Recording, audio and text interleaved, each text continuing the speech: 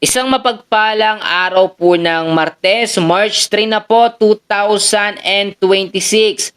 Kabayan, meron tayong pinaka-latest na weather update sa lagay ng ating panahon. But before that, please don't forget to like and subscribe and then pahita rin ang notification bell. Maraming salamat po mga kaibigan, mga kababayan. Kamusta na ho?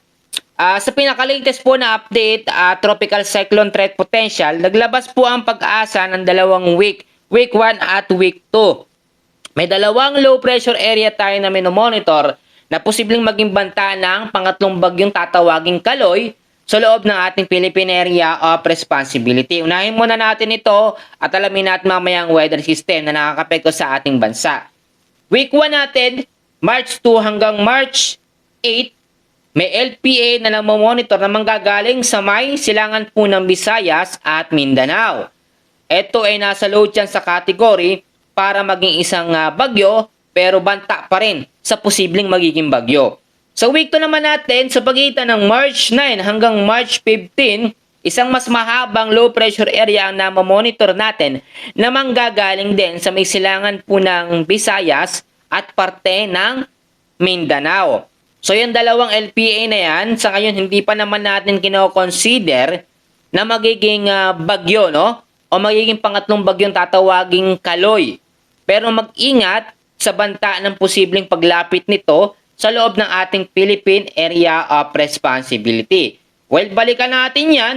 Ngayon po, no, ang weather system na nakakaapekto sa ating bansa.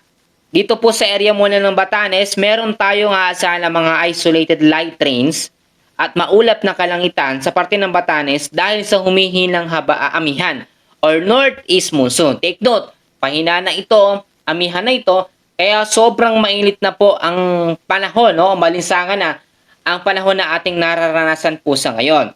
So, sa parte naman po ng Metro Manila, ito po sa Metro Manila, the rest po ng ating bansa ay patuloy pong makakaranas ng partly cloudy to cloudy skies with isolated rain showers or thunderstorms dahil po sa easterlies. Alam nyo, ang easterlies sa ngayon, yan ang pangunahing weather system na nakakaapekto po sa malaking parte po ng Luzon, Visayas at Mindanao. Pero usually kapag wala yung kasamang ibang weather system tulad na lamang walang amihan, wala ring habagat, mainit na panahon ang idinudulot nito.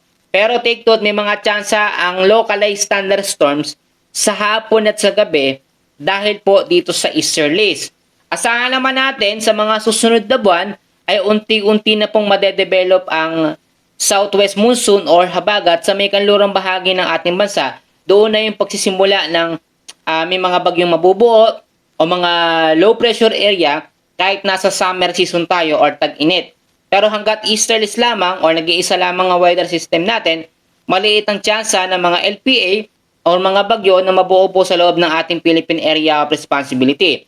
Napansin nyo naman, wala pa tayong bagyong Kaloy, wala pa tayong pangatlong bagyo, pero may LPA nang nabubuo. So kahit mainit ba, mayroon bang mga LPA na posibleng maging bagyo, no? Yes, may mga tsansa na ang LPA mabuo bilang isang tropical depression kahit po mainit ang panahon dahil po sa easterlies o yung malinsangang hangin tumutulak dito sa LPA papasok po sa loob ng ating Philippine Area of Responsibility. Uunahin natin mga kaibigan, no? Explain ko sa inyo mabuti, wala tayong bagyo, kaya naman ngayon mag-asikaso tayo sa ating kapaligiran, sa ating mga bahay, no? Sa mga gamit natin. Kasi once na pumasok na naman ang tag-ulan o rainy season by June, July, August hanggang bare months, yan na naman ang ating magiging kalaban. So sa ngayon, summarize tayo, walang bagyo, walang LPA, pero week 1, week 2 ng March, may mga chance ang LPA na mabuo sa bandang silangan po ng Visayas at Mindanao. Yan muna ang update natin sa ngayon and please don't forget po to like and subscribe. Maraming salamat po.